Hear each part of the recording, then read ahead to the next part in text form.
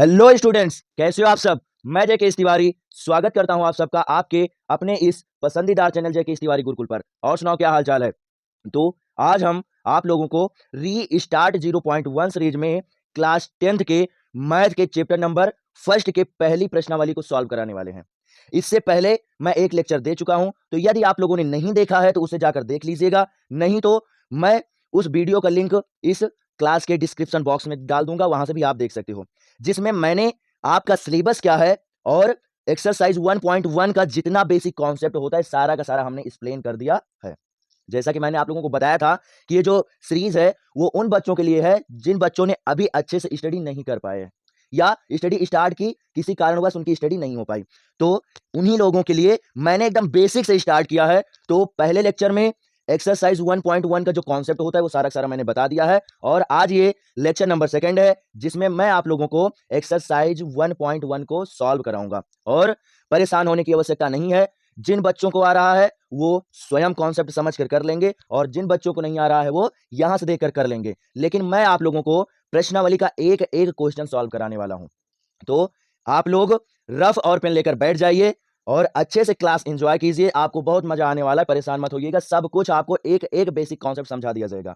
और यदि आप क्लास पर पहली बार आए हो, चैनल पर नए हो, तो प्लीज आप चैनल को सब्सक्राइब कर दीजिए, और वीडियो पसंद आया तो वीडियो को लाइक करके नोटिफिकेशन को ऑल पर सिलेक्ट कर दो, ताकि स्टडी रिलेटेड और कोई वीडियो आए तो उसका नोटिफिकेशन सबसे पहले आप तक पहुंचे और सबसे पहले आप उसे देख सको। इतना मैं गारंटी लेता हूं कि आप यदि हमारे साथ जुड़ जाओगे तो आपको अच्छा मार्क्स लाने से कोई रोक नहीं सकता, यह ध्यान रखिएगा। तो आप लोग अच्छे से रुकिए और अंत तक क्लास को एंजॉय कीजिए, बहुत मजा आने वाला है। तो ज्यादा समय बर्बाद ना करते हुए आपकी क्लास को स्टार्ट करते हैं, मगर उससे पहले एक मोटिवेशनल थॉट है कि शिक्षा वह शेरनी का दूध है, कि शिक्षा वह शेरनी का दूध है जो जितना पिएगा उतना ही दहाड़ेगा, जो जितना पिएगा उतना ही दहाड़ेगा। यानी कि कोई भी फील्ड हो, उस फील्ड में आप जिस लेवल से वर्क करते हो उसी लेवल से जाकर आप बेहतर से बेहतर कर सकते हो। तो आई रिक्वेस्ट यू, आप लोग शिक्षा रूपी शेरनी का दूध इतना पीजिए, इतना पीजिए, इतना पीजिए कि आपके दहाड़ से आपके चारों ओर के लोग शांत हो जाएं। यानी कि आपका जब रिजल्ट निकले तो चारों ओर केवल आप क्या ही चर्चा हो। तो हम क्लास को स्टार्ट करते हैं, मगर एक्सरसाइज 1.1 सॉल्व कराने से पहले मैं आपको कुछ कॉन्सेप्ट बच गया था उसमें उसे अच्छे से समझा दूंगा, और उसके बाद में हम आराम से प्रश्नावली पर चलेंगे। तो वैसे बचा कुछ नहीं है, सारा सारा हमने बता दिया, लेकिन कुछ नोट पॉइंट, इंपॉर्टेंट पॉइंट संख्याओं में बचा हुआ है, तो वही हम आपको लिखवाएंगे। तो आप क्या लिखोगे, ये हमारा क्या मैं आप लोगों को पढ़ाने वाला हूं इस क्लास में, मैं क्या आप लोगों को क्लास 10th की मैथ मैथ्स को क्या पढ़ाने वाला हूं, है ना। और ये क्या, जिसका लेक्चर नंबर सेकंड है। तो सबसे पहले आप क्या करोगे, सबसे पहले आप हेडिंग डाल लोगे क्या, नोट, अर्थात इंपॉर्टेंट पॉइंट मैं आप लोगों को संख्याओं से रिलेटेड कुछ लिखवाने वाला हूं। तो पहला जो पॉइंट है, पहला पॉइंट वो आप लिखोगे कि केवल केवल दो दो ऐसी ऐसी संख्या है, केवल दो ऐसी संख्या है जो जो जो सम सम तथा अभाज्य अभाज्य दोनों दोनों है। इसका मतलब समझो, केवल आपको कोई भी संख्या लो, केवल दो ही ऐसी मिलेगी जो सम भी है और अभाज्य भी है, नहीं तो आप कोई भी अभाज्य संख्या लो आपको विषम संख्या ही जाकर मिलेगी। केवल दो ऐसी है जो भाज्य भी है और सम संख्या भी है। और उसके बाद में सेकंड पॉइंट आप लिखोगे, पहली पहली सम सम व अभाज्य अभाज्य संख्या संख्या कौन सी होगी, दो है, दो है। यानी कि अगर हम सम संख्या की बात करें तो उसमें दो पहले आएगा, और अभाज्य संख्या की बात करें तब भी दो पहले आएगा। और सम संख्या क्या है, अभाज्य संख्या क्या है, संख्या से रिलेटेड है, यदि आपको नॉलेज नहीं है तो आई रिक्वेस्ट यू कि जो मैंने लेक्चर नंबर 1 दिया है इस प्रश्नावली 1.1 के कॉन्सेप्ट का, उसे जाकर देख लीजिएगा, सारा का सारा आपको जो प्रॉब्लम होगा वो दूर हो जाएगा।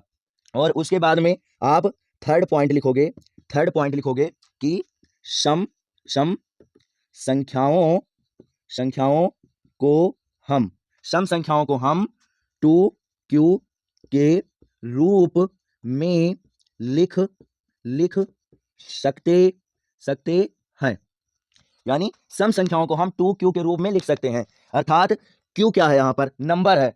कोई भी नंबर आप ले लो, अगर 2 के स्थान पर रखोगे तो आपको क्या मिलेगा, जाकर सम संख्या ही मिलेगी। जैसे एग्जांपल के लिए 1 रखा तो 1 का 2 से मल्टीप्लाई करोगे तो आपको 2 मिल जाएगा। 2 रखोगे तो क्या हो जाएगा, 4 मिलेगा। 3 रखोगे तो 6 मिलेगा। 4 रखोगे तब 8 मिलेगा। और ये जितनी संख्याएं होती हैं वो सारी की सारी क्या आपकी सम संख्याएं ही होती हैं। उसके बाद में आप 4th पॉइंट लिखोगे। 4th पॉइंट की विषम विषम संख्याओं को हम क्या 2q+1 के रूप में लिख सकते हैं।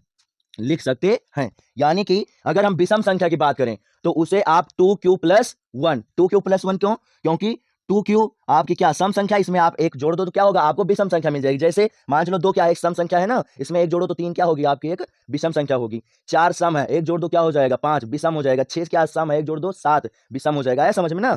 तो हम सम संख्याओं को 2q के रूप में लिख सकते हैं और विषम संख्याओं को 2q+1 के रूप में लिख सकते हैं। उसके बाद में आप क्या लिखोगे, आप 5वां पॉइंट लिखोगे, केवल 2 व 3 ऐसी ऐसी अभाज्य संख्याएं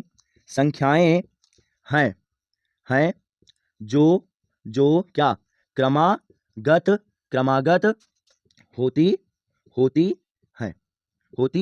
इसका मतलब समझो, यानी कि केवल 2 और 3 ही ऐसी अभाज्य संख्या है जो क्या क्रमागत होती है। क्रमागत मतलब क्रम से आती है, अर्थात 2 के बाद में 3, और 2 भी आपकी अभाज्य संख्या है और 3 भी आपकी अभाज्य संख्या है। तो केवल 2 और 3 ही ऐसी संख्याएं हैं जो क्या आपकी अभाज्य संख्याएं हैं जो क्रमागत होती हैं। तो आशा करता हूं कि इतना आपको पूरा का पूरा कॉन्सेप्ट अच्छे से समझ में आ गया होगा। और जब आपको अच्छे समझ में आ गया तो इसका क्या करो, आप स्क्रीनशॉट ले लो। स्क्रीनशॉट आप ले लो। आशा करता हूं कि स्क्रीनशॉट आप लोगों ने ले लिया होगा। और एक बात और बता दूं, आपको परेशान होने की आवश्यकता नहीं है। इस क्लास का सारा पीडीएफ आपको हमारे टेलीग्राम चैनल जयकेश तिवारी गुरुकुल पर मिल जाएगा। उसे आप लोग जाकर ज्वाइन कर लो और हर एक क्लास का पीडीएफ आप लोगों को वहीं पर मिल जाएगा। ओके, तो आशा करता हूं कि सारा का सारा आपको समझ में आ गया होगा जितना हमने आपको यहां तक समझाया है। और इसे हम रिड्यूस करके चलते हैं अगले टॉपिक पर।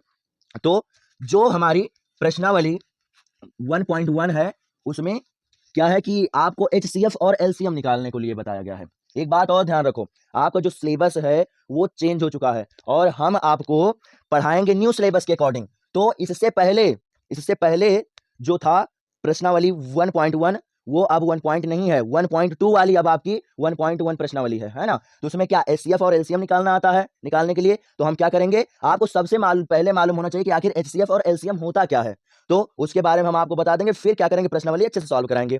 तो आप क्या करोगे, आप हेडिंग डालोगे, पहली हेडिंग डालोगे क्या, HCF। इंग्लिश में इसे क्या बोलते हैं, हाईएस्ट कॉमन फैक्टर, और हिंदी में इसे क्या बोला जाता है, मासा, अर्थात महत्तम समापवर्तक। महत्तम समापवर्तक। तो ये होता क्या है, तो मान के चलो कोई भी 2 या 2 से अधिक, एक संख्या को तो निकलेगा नहीं, आपको 2 या 2 से अधिक संख्या लेना पड़ेगा। तो कोई भी 2 या 2 से अधिक संख्याओं से प्राप्त एक वह बड़ी से बड़ी संख्या, यानी कि जब आप 2 संख्याओं को क्या करोगे, HCF निकालोगे तो आपको वह बड़ी से बड़ी संख्या प्राप्त होगी जो क्या करेगी, उन दोनों संख्याओं को काट देगी। आया समझ में कि नहीं। अब क्या मैं आपको बताने वाला हूं वो आप देखो परिभाषा में। तो आप क्या लिखोगे, वह बड़ी से बड़ी संख्या, वह बड़ी से बड़ी संख्या जो दी हुई संख्याओं को क्या करें, को पूर्णतया विभाजित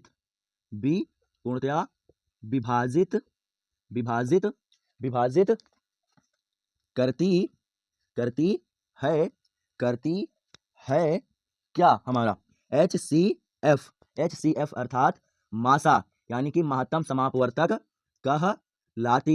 कहलाती है। बताओ आया समझ में नहीं। यानी कि आप 2 या 2 से अधिक संख्याओं का निकालना पड़ेगा, उससे कम तो निकलेगा नहीं। तो क्या होगा, जब आप HCF निकालोगे तो आपको वह बड़ी से बड़ी संख्या मिलेगी जाकर जो उन दोनों संख्याओं को क्या करेगी, 2 हो या 3 हो, को पूर्णतया विभाजित कर देगी, यानी पूरा का पूरा विभाजित कर देगी, शेषफल नहीं बचेगा। और जब पूरा विभाजित कर देगी तो वही उन संख्याओं का क्या, HCF हो जाएगा। बताओ आया समझ में कि नहीं। अभी एग्जाम्पल से समझा देंगे, परेशान मत होइए। और उसके बाद में हमारा क्या लासा भी आता है अर्थात एलसीएम। तो नेक्स्ट हेडिंग आप क्या डालोगे, लासा यानी कि एलसीएम। इसे इंग्लिश में बोलते हैं लीस्ट कॉमन मल्टीपल अर्थात लासा यानी लघुत्तम समापवर्तक, लघुत्तम समापवर्तक।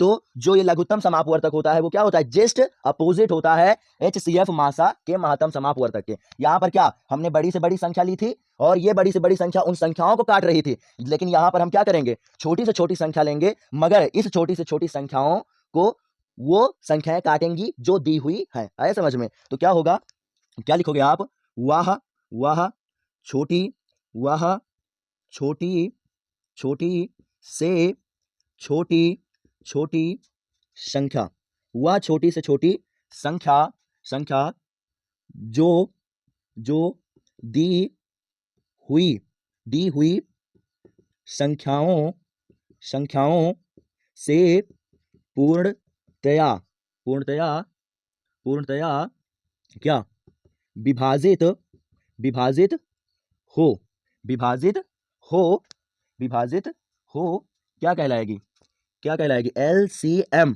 एलसीएम लासा, लासा यानी लघुत्तम समापवर्तक कहलाती है। बताओ आया समझ में कि नहीं?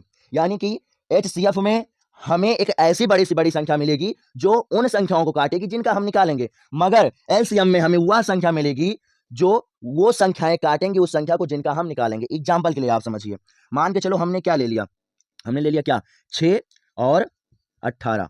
हमने क्या 6 और 18 ले लिया, हम छोटा इस ले रहे हैं ताकि आपको अच्छे समझ में आ जाए। तो हमने क्या 6 और 18 ले लिया, इसका मान के चलो हमें क्या एलसीएम निकालना है। तो क्या एलसीएम या एचसीएफ कुछ भी निकालना हो, इसका हमें क्या एलसीएम HCF भी निकालना है और क्या हमें LCM भी क्या निकालना है। बताओ आए समझ में ना? तो आप क्या समझो क्या होगा, क्या लिखेंगे हम कि 6 और 6 और 6 और 6 और 18 का HCF क्या बताया गया था, बड़ी से बड़ी संख्या हो ना जो इन दोनों को विभाजित कर दे। तो क्या हो जाएगा, जो हमारी 6 है वो 6 को भी काट देगी और 18 को भी काट देगी। 6 कम 6 और 6 तिरिक 18, अर्थात आपका जो हमारा HCF होगा 18 और 6 का वो क्या हो जाएगा 6 हो जाएगा। उसके बाद में अगर हम बात करें क्या 6 और 18 का क्या LCM, तो क्या हो जाएगा, हमें एक ऐसी संख्या मिलनी चाहिए जो इन दोनों संख्याएं उसे काट दें। तो क्या हो जाएगा हमारा क्या 18। क्यों? क्योंकि 18 को 18 भी काट देगा और 6 भी काट देगा। बताओ आया समझ में कि नहीं? ऐसी और कोई छोटी से छोटी संख्या नहीं है जो 18 से भी कट जाए और 6 से भी कट जाए। तो इसलिए 18 हो जाएगा, ये हो जाएगा 18 और 6 का LCM और ये 6 हो जाएगा आपका 18 और 6 का HCF। बताओ अभी तक हमने जो कुछ बताया आपको समझ में आया ना? समझ में आ गया ना? एकदम टॉपिक मक्खन हो गया। तो आशा करता हूं कि जितना हमने बताया आपको अच्छे समझ में आ गया होगा। एक बात ये ध्यान रखिए कि अगर आप कॉन्सेप्ट नहीं समझोगे तो आपके अंदर क्षमता नहीं कि आप बगैर टीचर के प्रश्नों को सॉल्व कर लो। सो आप लोग क्लास छोड़कर भागिए मत। इतनी संख्या क्यों कम हो रही है? क्लास को शेयर करो ना, आप लोग क्लास को अच्छे से शेयर कर दो। आप लोग क्लास छोड़ के मत भागो। कॉन्सेप्ट जब आप सीख लोगे तो आपको टीचर की आवश्यकता नहीं पड़ेगी। आप बगैर टीचर के भी प्रश्नावली पूरी की पूरी सॉल्व कर सकते हो, केवल आपको कॉन्सेप्ट बता दिया जाए बस। तो आशा करता हूं कि जितना मैंने अभी तक आपको बताया अच्छे से वो समझ में आ गया होगा। इसका आप क्या करो, स्क्रीनशॉट ले लो, इसका स्क्रीनशॉट ले लो। आशा करता हूं स्क्रीनशॉट आपने ले लिया होगा। उसके बाद में हम क्या इसे रिड्यूस करके और चल रहे हैं आपकी प्रश्नावली 1.1 का सॉल्यूशन करने के लिए। जितने क्वेश्चन सॉल्व हो जाएंगे बढ़िया है, एक एक क्वेश्चन का सॉल्यूशन मैं कराऊंगा और जो नहीं सॉल्व हो पाएंगे वो आने वाले नेक्स्ट लेक्चर में हम सॉल्व करा देंगे। ओके, तो क्या करोगे आप, डाल लो हेडिंग एक्सरसाइज 1.1। आप लोग हेडिंग डाल लीजिए एक्सरसाइज 1.1। और अब आप लोगों को ज्यादा ध्यान देने की आवश्यकता है, ये ध्यान रखना अच्छे से। आप लोग पेन और रफ लेकर बैठ जाओ ताकि कोई प्रॉब्लम ना हो, और साथ में जब लिखने की कोशिश करोगे तो ज्यादा बेहतर रहेगा, है ना? तो क्या जो हो जाएगा हेडिंग हमारी एक्सरसाइज, एक्सरसाइज हमारी जो क्या है 1.1। तो इसमें जो हमारा क्वेश्चन है वो आपको क्वेश्चन ऊपर दिख रहा होगा, ऊपर आपको क्वेश्चन दिख रहा होगा, वो अच्छे से आप समझ लीजिए। तो क्या बताया इन्होंने ये बताया है कि हमें निम्नलिखित संख्याओं को अभाज्य गुणनखंड के रूप में क्या करना है, व्यक्त करना है। यानी कि ऊपर जितनी सारी संख्याएं दी गई हैं उनको हमें क्या करना है, अभाज्य गुणनखंड के रूप में व्यक्त करना है। जिसमें जो पहली संख्या है, वो क्या है, जिसमें जो हमारी पहली संख्या है वो क्या है 140 है।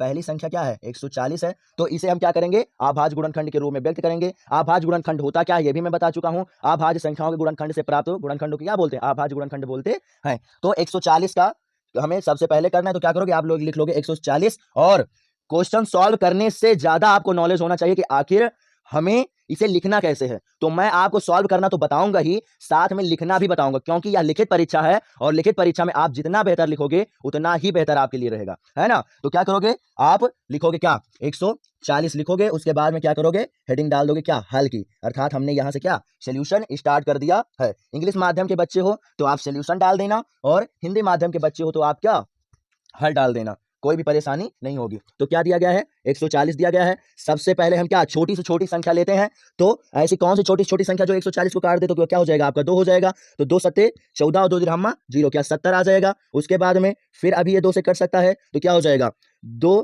3 6 1 बच जाएगा, 5 और 10 हो जाएगा उधर, 2 पंचे 10, अब ये क्या हो गया 35 हो गया। अब ये किससे कटेगा 5 से कटेगा तो क्या हो जाएगा 5 सत्ते 35, और फिर ये कटेगा जाकर 7 से तो हो जाएगा हमारा 7 एकम 7। बताओ आया अच्छे समझ में नहीं। और यही इसका क्या हो जाएगा अभाज्य गुणनखंड हो जाएगा। बताओ आया समझ में नहीं।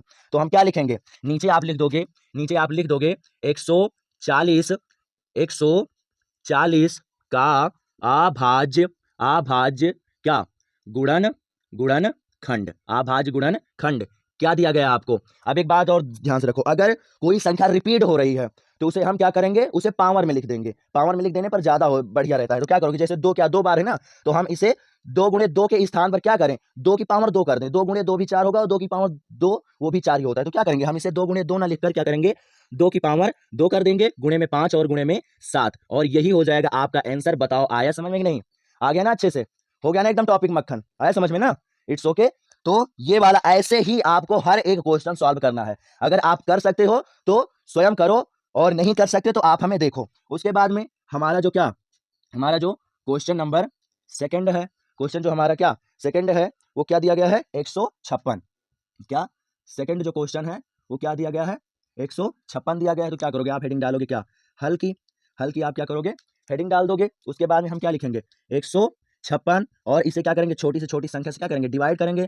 तो क्या हो जाएगा 2 सत्ते 14, 2 सत्ते 14 1 बच जाएगा, 2 अट्ठे 16, उसके बाद में क्या होगा 2 3 6 और 2 9 18, फिर ये 3 से कटेगा जाकर, तो 3 एकम 3 और 3 त्रिका 9, और फिर ये क्या हुआ एक अभाज्य संख्या आ गई। तो अभाज्य संख्या स्वयं अभाज्य संख्या से ही करती है, अर्थात क्या हो जाएगा जाकर 13, और यही हो जाएगा आपका 156 का अभाज्य गुणनखंड। बताओ आया समझ में नहीं।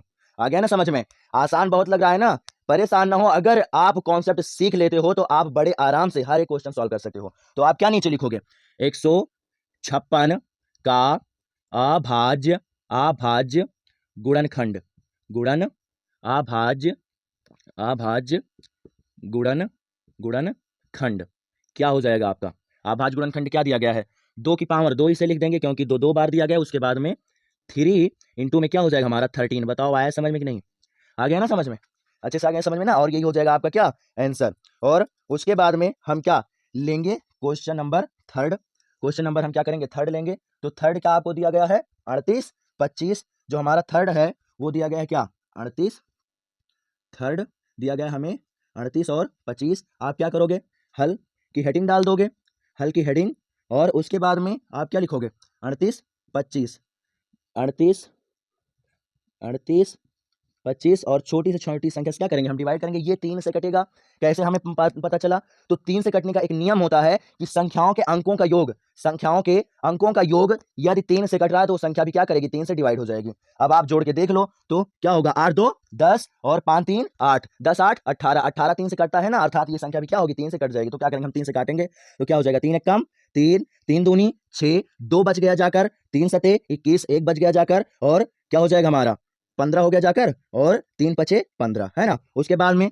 अभी भी ये क्या होगा 2 से हमारा क्या होगा कट जाएगा, सॉरी 3 से कट जाएगा। तो क्या करेंगे 3 चौक 12 और 3 दूनी 6, 3 दूनी 6, और हमारा क्या होगा 1 बचा जाकर, और 3 पचे 15। अब ये क्या होगा ये 3 से नहीं कटेगा, ये 5 से कटेगा। तो 5 से कटने का नियम क्या होता है, या तो संख्या के लास्ट वाला अंक 5 हो या तो 0 हो। जब 5 और 0 होता है तभी जाकर वो 5 से कटेगा। तो 0 तो है नहीं लेकिन 5 है, तो क्या हो जाएगा 5 से कट जाएगा। तो हम 5 से काटेंगे तो क्या हो जाएगा 5 अट्ठे 40, 2 बचा जाकर 5 बचे 25, अभी भी ये 5 से कट जाएगा। क्या हो जाएगा हमारा 5 एक कम 5, और कितना बच गया जाकर 3 बच गया ना, 5 एकम 5, 3 बच गया जाकर 35 हो गया, 5 सते 35 और ये आ गई आपकी एक अभाज्य संख्या और अभाज्य संख्या स्वयं अभाज्य संख्या से ही कटती है अर्थात क्या हो जाएगा 17 एकम 17 और यही हो जाएगा आपका क्या 38 25 का अभाज्य गुणनखंड। बताओ आया समझ में नहीं? आ गया ना एकदम समझ में? तो क्या लिखोगे आप आगे लिखोगे 38 38 25 का अभाज्य अभाज्य अभाज्य गुणन गुणनखंड अभाज्य गुणनखंड बराबर अभाज्य गुणनखंड बराबर क्या दिया गया है 2 बार 3 है 2 बार 5 है तो हम क्या लिख देंगे 3 की पावर 2 गुणे में 5 की पावर 2 और गुणे में क्या हो जाएगा हमारा 17 गुणे में क्या हो जाएगा 17 और यही हो जाएगा हमारा क्या आंसर। बताओ आया समझ में कि नहीं? आ गया ना अच्छे समझ में? और एक बात ध्यान रखो, इस प्रकार से सॉल्यूशन कराने वाले तो बहुत टीचर आप लोगों को मिल जाएंगे, मगर सॉल्यूशन के नाम पर कंटेंट और कॉपी लिखने का तरीका, सॉल्यूशन करने का तरीका प्रश्नों को, ये आपको बहुत कम ही लोग मिलेंगे। तो आप लोग परेशान ना होइए, आप बहुत अच्छे प्लेटफॉर्म पर आ गए हो, तो आप ओनली वन स्टडी कीजिए, बस आप भगो ना, अच्छे से आप समझो, हर एक कॉन्सेप्ट को हम बड़े आसानी से आपको समझाने की कोशिश करेंगे, है ना? तो नेक्स्ट वाले पर चलते हैं, नेक्स्ट वाले पर चलते हैं। आप लोग क्लास के अंत तक रुकिए, आपको बहुत मजा आने वाला है। अब तो ये अभी मान लो छोटे छोटे क्वेश्चन हैं, अभी जब बड़े बड़े क्वेश्चन आएंगे तो उन्हें कैसे लिखेंगे हम और क्या प्रोसेस होगा सोल्यूशन करने का, वो भी हम आपको बड़े आसान तरीके से समझा देंगे। तो जो हमारा चौथा है, चौथा वाला वो क्या दिया गया है 74 29, जो हमारी चौथी संख्या है वो दी गई है क्या 74 29, चौथी संख्या दी गई है क्या 74 29। क्या करेंगे हम हेडिंग डाल देंगे क्या हल की हेडिंग डालेंगे और लिखेंगे क्या 74 74 29 74 29 और इसे क्या करेंगे हम डिवाइड करेंगे। तो अब ये जो संख्या है 17 से, ये डायरेक्ट किससे कटेगी जाकर 17 से आप इसे काटिए तो क्या हो जाएगा 17 का 17 17 दूना 34 17 तिया 51 17 चौका 68 17 चौका 68 और 68 2 70 4 74 यानी कितना बच गया 6 बच गया। 6 को आप 2 से आगे मानोगे क्या हो जाएगा हमारा 62 हो जाएगा। तो 17 17 17 2 34 17 3 51 17 चौका 68 ज्यादा हो गया ना, तो क्या लिखेंगे हम 17 तिया 51 हो जाएगा और कितना बच जाएगा हमारा 11 11 आप 9 से पहले मान लोगे कितना हो जाएगा आपका 119। तो और उसके बाद में 17 का आप इसमें भाग दे दो 17 17 17 दूना 34 17 तिया 51 17 चौका 17 पचे 85 17 छक्का 102 17 सत्ते 119 17 सत्ते 119। एक बात और, मैं क्यों इस प्रकार सोल्यूशन कर रहा हूं ताकि आपको भी पता चले कि आखिर सोल्यूशन कैसे करना है। नहीं तो हम तो ऐसे इसका आंसर बड़े आराम से निकाल सकते हैं, मगर आपको सोल्यूशन करना कैसे है, कैसे आप सीखोगे, तो उसी फॉर्म में मैं आपको पढ़ाना चाहता हूं। आया समझ में? तो क्या होगा ये 17 से कटेगा और उसके बाद में इसके बाद में क्या होगा, ये किसी से नहीं कटेगा, ये डायरेक्ट जाकर 19 से कटेगा। तो 19 से हम क्या करेंगे काटेंगे, तो 19 दूना 38 19 दूना 38 कितना बच गया जाकर आपका 5 है ना, 8 5 13 43 यानी 5 बच गया जाकर 57 हो जाएगा और 19 का 19 19 दूना 38 19 तिया 57। अब ये क्या 23 एक अभाज्य संख्या है, तो क्या होगा ये अपने आप से ही कटेगी जाकर। तो आप क्या लिखोगे कि 74 29 29 का अभाज्य अभाज्य गुणनखंड अभाज्य गुणनखंड क्या आया है 17 19 और 23। बताओ आया समझ में कि नहीं? और यही हो जाएगा आपका क्या आंसर। बताओ आ गया ना अच्छे समझ में हर एक टॉपिक? तो आशा करता हूं कि आपको जो ये क्वेश्चन नंबर फर्स्ट है ये आपको अच्छे से समझ में आ गया है और मैं आपको इसलिए इतना कॉन्सेप्ट के साथ बता रहा हूं ताकि हर एक समस्या आपकी सॉल्व हो जाए, वो बच्चा भी अच्छे सोल्यूशन कर ले जिसे नहीं आ रही है मैथ और वो बच्चा भी अच्छे सोल्यूशन कर ले जिसे मैथ अच्छे से आ रही है। तो आशा करता हूं कि जितना मैंने अभी तक आपको समझाया वो सारा का सारा आपको क्या अच्छे समझ में आ गया होगा। तो आप क्या करोगे इसका स्क्रीनशॉट ले लोगे, उसके बाद में हम इसे रिड्यूस करके चलेंगे नेक्स्ट वाले क्वेश्चन पर। तो आशा करता हूं कि आपने इसका स्क्रीनशॉट ले लिया होगा और अब क्या करेंगे हम इसे मिटाएंगे और अब हम चलेंगे क्या क्वेश्चन नंबर सेकंड पर।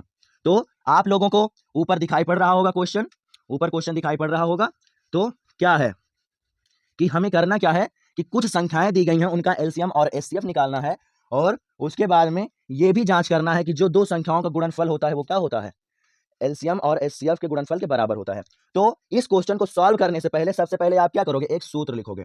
क्या करोगे इस क्वेश्चन नंबर सेकंड को सॉल्व करने से पहले सबसे पहले क्या आप लिखोगे सूत्र लिखोगे। जो क्वेश्चन में दिया गया है वो रियल में सूत्र ही होता है। क्या होता है कि दो संख्याओं संख्याओं संख्याओं का जो गुणनफल होता है, गुणनफल दो संख्याओं का गुणनफल बराबर होता है क्या H C F into L L L C M, H C F into L C M. H C F यानी कि मासा हिंदी में भी लिख दे रहे हैं ताकि हर सारा का सारा समस्या आपका सॉल्व हो जाए। उसके बाद में एल सी एम यानी कि क्या लासा, लासा यानी कहने का मतलब क्या है ये सूत्र ये बताता है कि कोई दो संख्याएं दी गई, केवल दो संख्याओं के लिए ये सूत्र लगेगा, ये ध्यान रखना।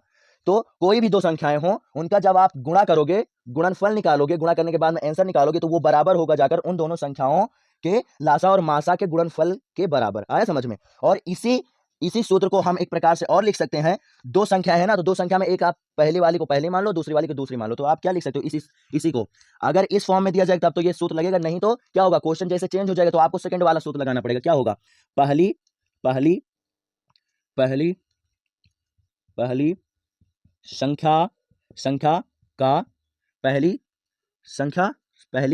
संख्या और गुणे में क्या हमारी दूसरी संख्या, ये बराबर होती क्या, HCF अर्थात हमारा मासा, और इंटू में क्या, LCM अर्थात क्या, हमारा लासा। बताओ आया समझ में नहीं? तो ये सूत्र है क्वेश्चन नंबर सेकंड को सॉल्व करने का, और आगे कहां पर यूज होगा ये आपको मैं अच्छे से समझा दूंगा। तो इसका आप स्क्रीनशॉट ले लीजिए, उसके बाद में हम आपको क्वेश्चन नंबर सेकंड क्या करा रहे हैं, सॉल्व करा रहे हैं। तो आशा करता हूं स्क्रीनशॉट आप लोगों ने इसका ले लिया होगा, और अब क्या करेंगे, हम आपको क्वेश्चन नंबर सेकंड सॉल्व कराएंगे। क्वेश्चन नंबर सेकंड अब हम क्या करेंगे, आपको सॉल्व कराएंगे। तो जो क्वेश्चन नंबर हमारा सेकंड है वो क्या बता रहे हैं कि आपको ऊपर देखिए, आप लोग क्या आपको बता रहे हैं कि हमें क्या पूर्णांकों के निम्नलिखित युग्मों का HCF और LCM निकालना है। अर्थात कुछ आपको पूर्णांक के युग्म का मतलब दो से अधिक संख्याएं दी गई है ना, तो आपको पूर्णांकों के युग्म दिए गए हैं, उनका आपको क्या HCF और LCM निकालना है। और उसके बाद में हमें जांच करनी है कि जो सूत्र यहां पर दिया गया था दो संख्याओं का गुणनफल, वो क्या LCM और HCF के बराबर है कि नहीं है, ये हमें जांच करना है ना। तो उसमें जो हमारी पहली संख्या है वो क्या है, 26 और 91। ऊपर आपको क्वेश्चन दिखाई पड़ रहा है, वहां पर आप अच्छे समझ लीजिए क्या दिया गया आपको। पहला जो क्वेश्चन है उसमें जो हमारा 26 और 91 है, 26 और 91। तो सबसे पहले हम क्या करेंगे, इन संख्याओं का अभाज्य गुणनखंड निकालेंगे, उसके सारे से क्या होगा, हमें HCF और LCM मालूम पड़ जाएगा, फिर हम आराम से सत्यता की जांच कर लेंगे। आया समझ में? तो क्वेश्चन क्या है, 26 और 91। तो आप क्या करोगे, हल की हेडिंग डाल दोगे और फिर क्या लिखोगे, 26, आप क्या करो 26 उतार लो और इसका क्या करो, गुणनखंड कर दो। किससे कटेगा, 2 से कटेगा ना, 2 एकम 2, 2 तीन 6, और अब क्या होगा, ये पूरा का पूरा क्या 13 से ही कटेगा। बताओ आया समझ में ना। उसके बाद में हम क्या करेंगे, 91 का भी निकालेंगे अभाज्य गुणनखंड। तो ये किससे कटेगा जाकर, ये आपका कटेगा जाकर 7 से। तो 7 एकम 7, 2 बचा जाकर 7 तरीक हो जाएगा 21। उसके बाद में 21 से कटेगा जाकर ये पूरा पूरा क्या होगा, 13 से कटेगा जाकर। बताओ आया समझ में नहीं? तो आप लिखोगे क्या नीचे, आप लिखोगे 26 का अभाज्य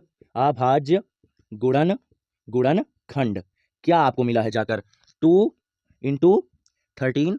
और उसके बाद में जो हमारा 91 आया है, इसका अभाज्य गुणनखंड क्या मिल गया है जाकर हमें, 7 × 13। और हमें क्या HCF निकालना है।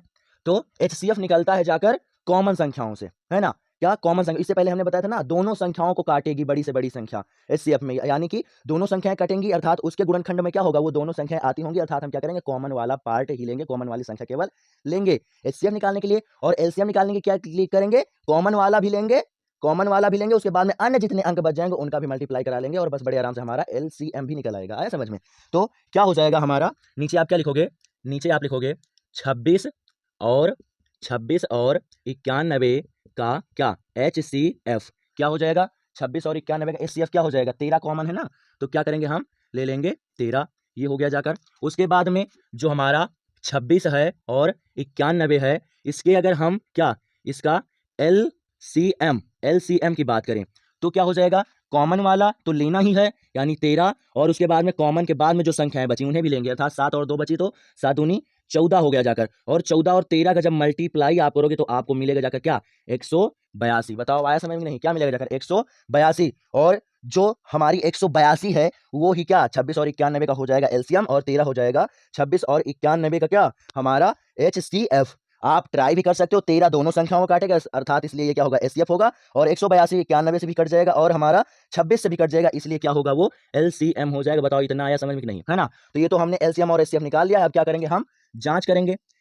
हम जांच करेंगे तो क्या करोगे, आप हेडिंग डाल दोगे क्या, जांच। अर्थात हम क्या जांच कर रहे हैं, तो क्या बताया गया था कि हमारी जो दो संख्या है, दो संख्याओं का जो हमारा क्या होता है, गुणनफल, दो संख्याओं का गुणनफल बराबर होता है क्या, HCF × LCM के, है ना। LCM के होता है।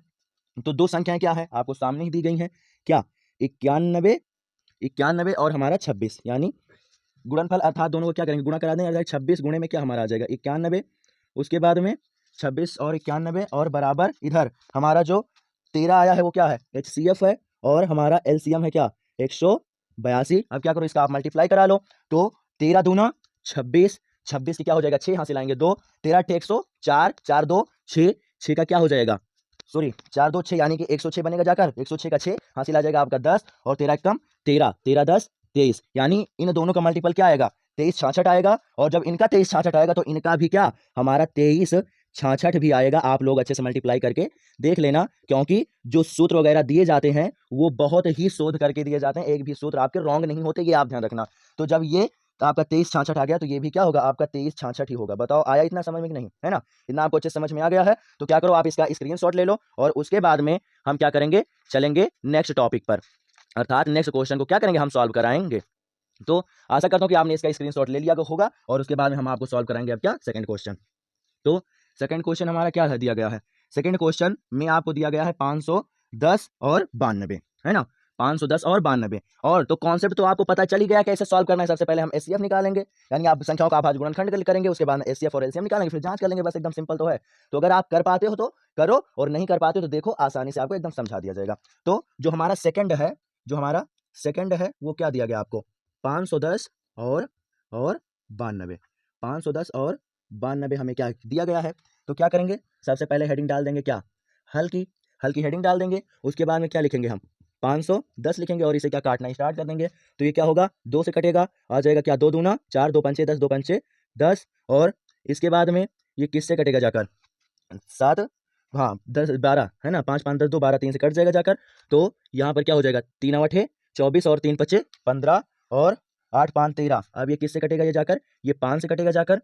तो क्या करेंगे हम 5 से काटेंगे, तो 5 एकम 5, और 5 एकम 5 हो गया जाकर, और 5 सते 35 हो गया जाकर। और उसके बाद में ये क्या होगा अभाज्य संख्या मिल गई, तो ये क्या होगा पूरा का पूरा 17 से कट जाएगा। बताओ आया समझ में नहीं, है ना, पूरा का पूरा ये क्या होगा आपका 17 से कट जाएगा। उसके बाद में हम क्या करेंगे 92 का निकालेंगे, 92 का अभाज्य गुणनखंड। तो क्या होगा ये 2 से कटेगा, 2 चौक 8, 2 छंग 12, और फिर 2 दूना 4, 2 3 6, और फिर 23 एकम 23। बताओ आया अच्छे समझ में नहीं, है ना, आ गया ना अच्छे समझ में। तो ये हो गया इन संख्याओं का क्या अभाज्य गुणनखंड। उसके बाद में हम क्या करेंगे निकालेंगे क्या HCF और LCM। सबसे पहले आप अभाज्य गुणनखंड लिख दो, तो आप क्या लिखोगे 500 510 500 510 का क्या हमारा अभाज्य अभाज्य अभाज्य गुणनखंड गुणनखंड अभाज्य गुणनखंड क्या आया हुआ है, अभाज्य गुणनखंड क्या आया हुआ है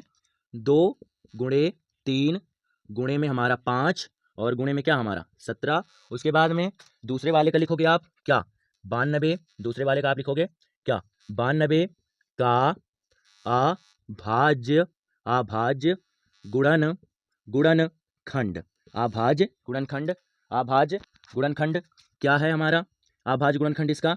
तो हमें दिया गया है 2 की पावर 2 हो जाएगा, 2 की पावर 2, और इंटू में क्या हमारा 23। बताओ आया समझ में नहीं। तो ये हो गया 510 का अभाज्य गुणनखंड, और ये हो गया क्या 92 का अभाज्य गुणनखंड। और उसके बाद में अब क्या करेंगे हम इसके एचसीएफ और एलसीएम की बात करेंगे। उसके बाद में क्या सत्यता की जांच करेंगे। तो जो हमारा क्या इसका HCF हो जाएगा, क्या लिखोगे आप 510 और 510, और हमारा जो 92 है 92 का HCF। अब देखिए कॉमन क्या है, कॉमन क्या है देखो 2 इसमें भी है और 2 इसमें भी है, 2 बार 2 है ना, तो क्या होगा कॉमन वाला आप निकाल लोगे, अर्थात क्या हो जाएगा आपका HCF 2 हो जाएगा। उसके बाद में क्या लिखोगे आप 510 और 92 का हमारा क्या HCF नहीं LCM LCM LCM क्या हो जाएगा जाकर। हम क्या करेंगे HCF तो लेंगे ही, उसके बाद में और जितना बचा हुआ वो भी लेंगे। तो ये 2 हमारा इसमें से 1 2 और इसमें से 1 2 क्या हुआ निकल चुका है। अब यहाँ पर 1 2 बचा हुआ है, तो उस 2 को हम क्या करेंगे लिखेंगे, है ना, उस 2 को लिखेंगे। उसके बाद में 1 2 यहाँ पर है, और फिर 3 क्या हो जाएगा हमारा 3 हो जाएगा, फिर क्या आ जाएगा हमारा 5 आ जाएगा, उसके बाद में क्या आ जाएगा हमारा 17 आ जाएगा, है ना 17। उसके बाद में क्या बचा हुआ है हमारा 23 और फिर ये हमारा HCF अर्थात 2। बताओ आया समझ में कि नहीं, है ना। यानी कॉमन वाला HCF तो हमें लेना ही, उसके बाद में अन्य जितनी संख्याएं बचेंगी वो भी लेना है। तो इसमें से 2 निकल गया, इसमें से 2 निकल गया, यहाँ पर 2 था, तो यहाँ पर 1 2 बचा हुआ है, तो वो 2 हमने वो लिख दिया। उसके बाद में 3 लिखा हमने, फिर 5 लिखा, फिर 17 लिखा, और फिर जाकर 23 लिखा, और उसके बाद में क्या HCF लिख दिया। आया समझ में। तो जो इन सबका जो मल्टीप्लाई होगा, इनका जब आप मल्टीप्लाई करोगे तो कितना मिलेगा, 2 दूना 4, 4 तिहाई 12, 12 पंचे 60, यानी 60, 17 और 23 का जब आप मल्टीप्लाई करोगे जाकर, तो आपको मिल जाएगा जाकर, तब आपको मिल जाएगा जाकर यहाँ पर 23,460। अब इसे आप लोग अच्छे से सोल्यूशन कर कर मल्टीप्लाई करके अच्छे से क्या करो, देख लीजिए, तो आपको क्या होगा, अच्छे से समझ में आ जाएगा, है ना। टाइम ज़्यादा ना लगे, इसलिए हमने क्या इसे डायरेक्ट क्या किया, सोल्यूशन लिख दिया।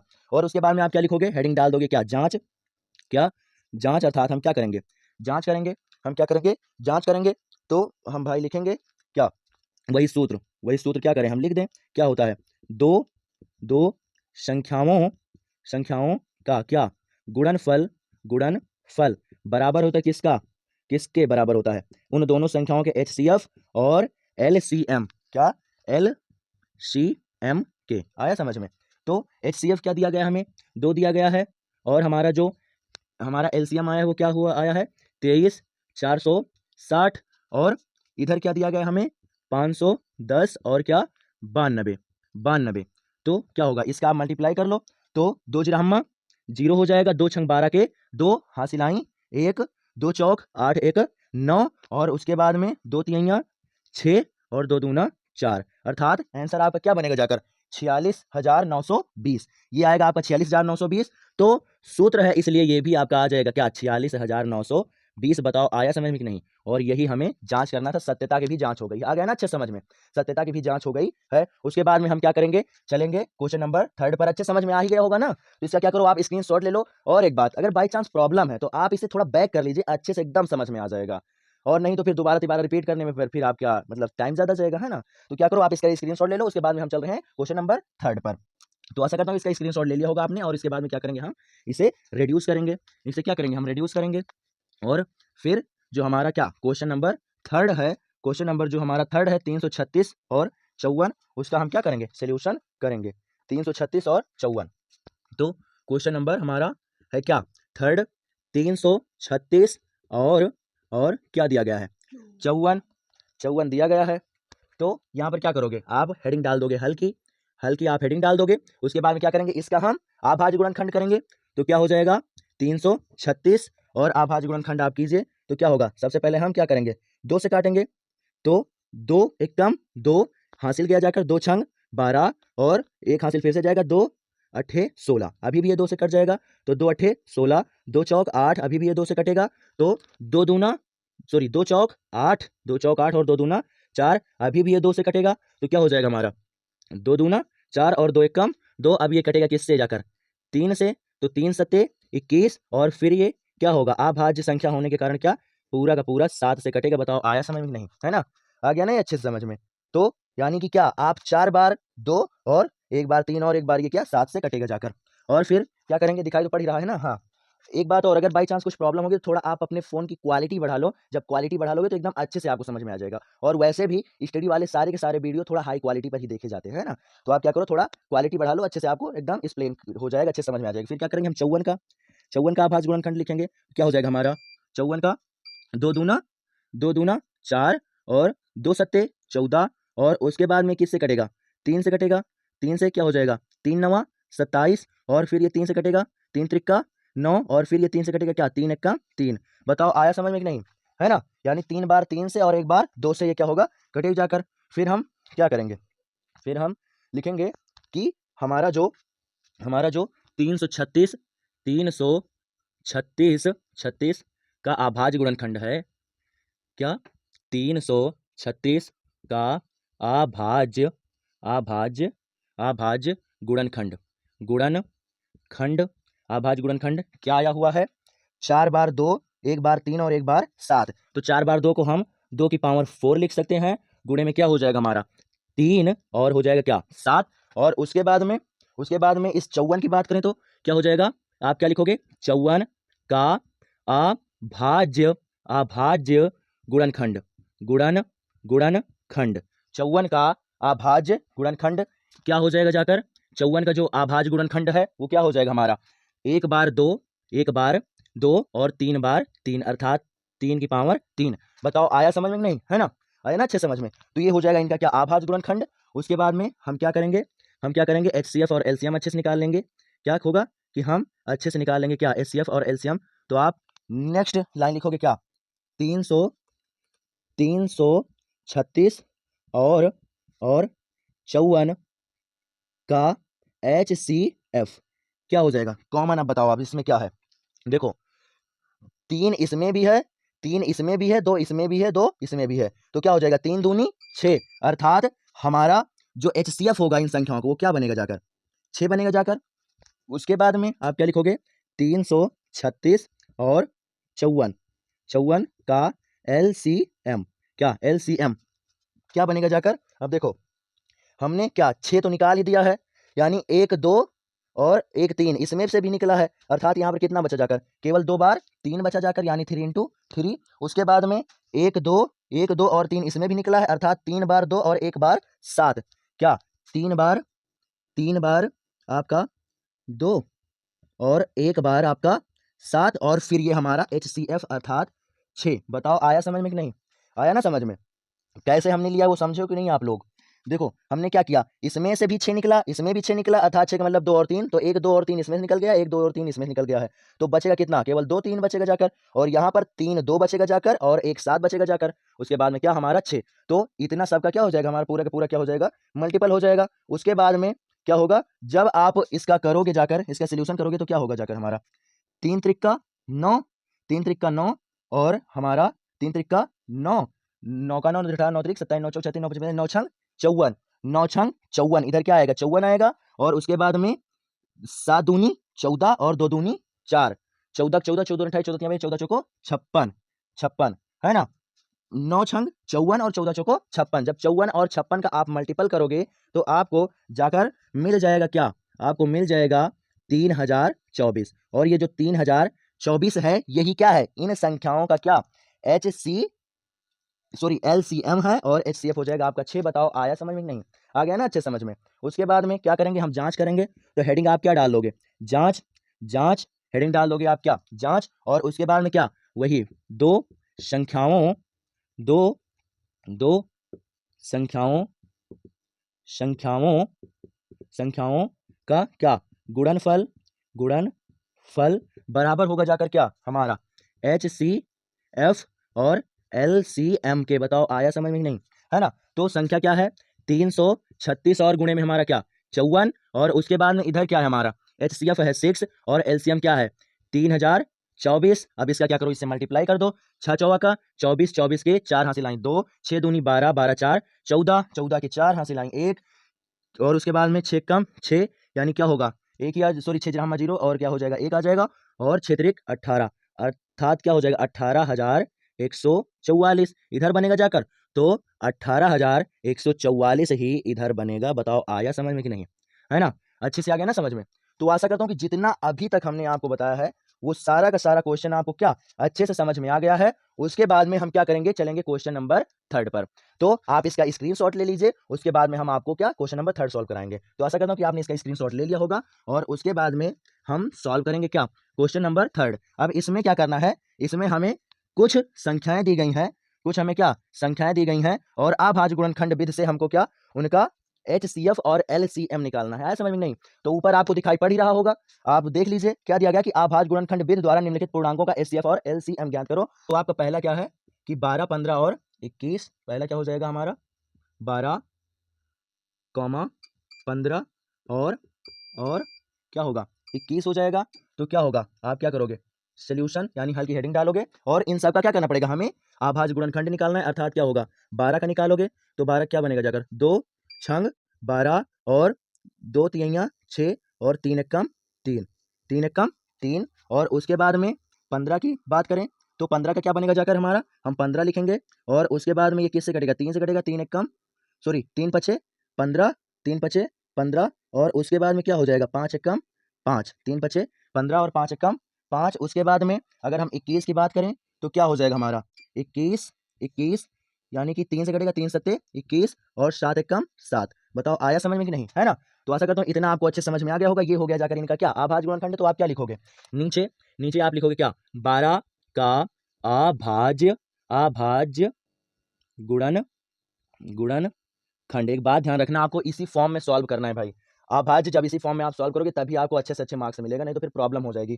केवल ये कंपटीशन एग्जाम नहीं है, लिखित परीक्षा है, तो आपको आंसर निकालने से मतलब नहीं, आपको सोल्यूशन करने से मतलब कितना बेहतर आपने लिखा और सोल्यूशन किया है, ये इंपॉर्टेंट है। इसीलिए आपको प्रॉब्लम कोई ना हो, मैं क्या एक एक वर्ड लिख रहा हूँ, आया समझ में? तो इसी फॉर्म में आप सॉल्व करिएगा, ये ध्यान रखना। तो क्या हो जाएगा 12 का अभाज्य गुणनखंड क्या आया है 2 की पावर 2 इंटू में क्या हमारा 3, उसके बाद में 15 का अभाज्य गुणनखंड हो जाएगा क्या आया है हमारा 5 इंटू 3, उसके बाद में हमारा क्या 21 का अभाज्य गुणनखंड क्या आया है 7 इंटू 3।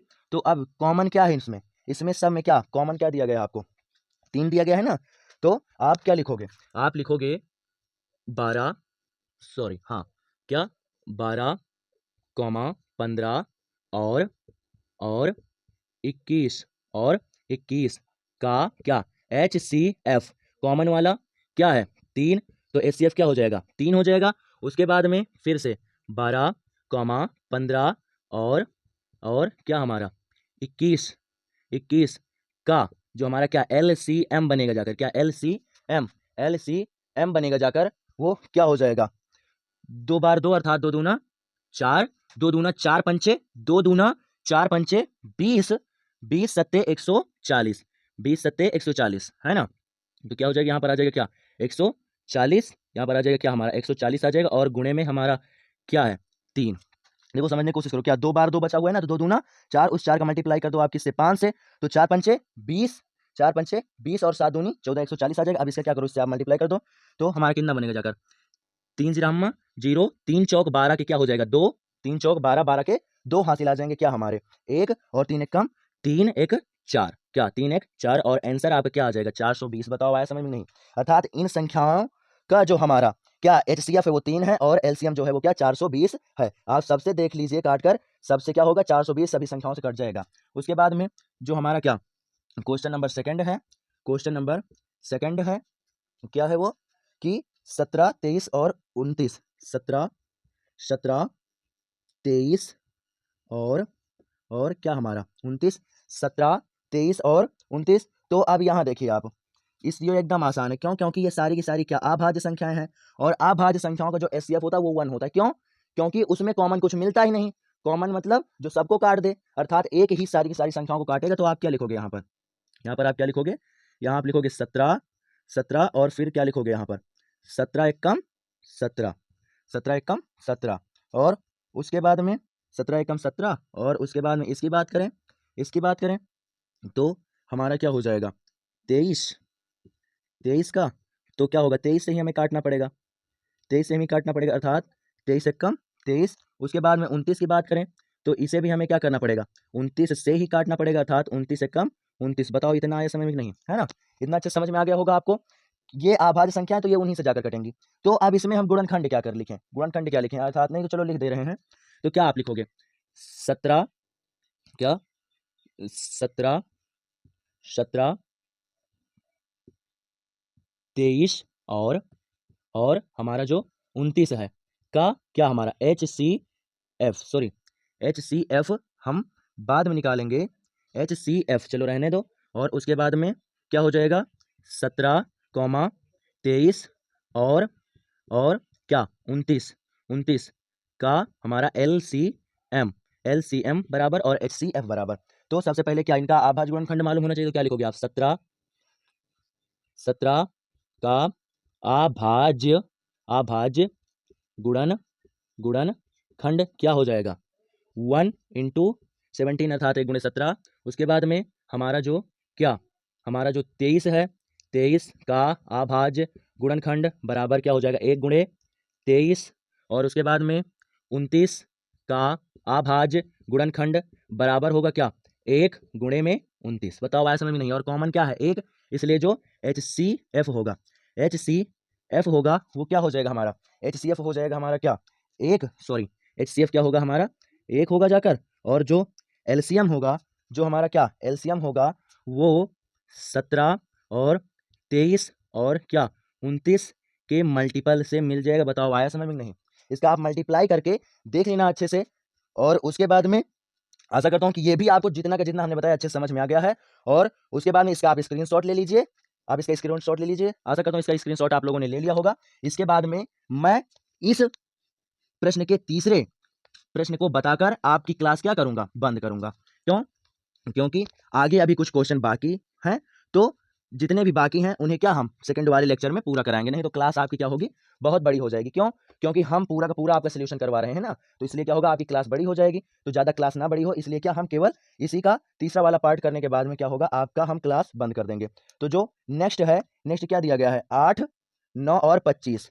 थर्ड जो हमारा है वो क्या है, थर्ड जो हमारा है वो क्या है, 8, 8 और फिर 9 और 25, और क्या हमारा 25। तो क्या होगा, सबसे पहले हल, और फिर क्या करेंगे, 8 का निकालेंगे हम, 8 का, 8 का निकालेंगे तो हमारा क्या हो जाएगा, 8 का निकाल लो भाई।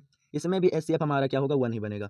तो 2 चौक 8 और 2 चौक 8 हो गया जाकर, 2 दूना 4 हो जाएगा, 2 दूना 4 और फिर 2 एक कम 2, है ना, आया इतना समझ में। उसके बाद में 9 का निकालें, तब कितना होगा, 3 त्रिक 9 और 3 एक कम 3। और उसके बाद में 25 का निकालें, 25 का तो क्या हो जाएगा, 5 बच्चे 25 और 5 एक कम 5, आया इतना समझ में। और अब क्या होगा, आप क्या लिखोगे, 8 का अभाज्य, अभाज्य गुणन, गुणनखंड। 8 का अभाज्य गुणनखंड, 8 का अभाज्य गुणनखंड क्या दिया गया है, 2 की पावर 3, 2 की पावर 3 इंटू में 1। और उसके बाद में हमारा जो 9 का अभाज्य गुणनखंड है वो क्या है, 3 की पावर 2 इंटू में क्या 1।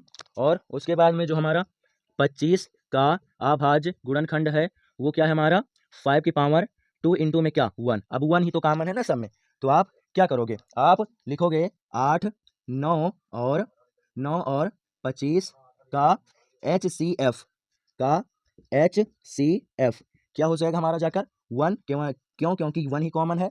और उसके बाद में क्या होगा, 8, 9 और हमारा क्या 25 का, 25 का क्या LCM, क्या 25 का LCM, LCM 25 का LCM, यानी कि क्या हो जाएगा, यहाँ से हमें क्या मिलेगा, 2 दूना 4, 2 दूना 4 दूना 8 और 3 त्रिका 9, 9 अठे 72, 9 अठे 72 और 5 बचे 25। और 72 और 25 से जब आप मल्टीप्लाई करोगे तो 25 दूना क्या होता है, 2 दूना 4 दूनी 8, 3 त्रिका 9, 9 अठे 72, 72 और 5 बच्चे 25।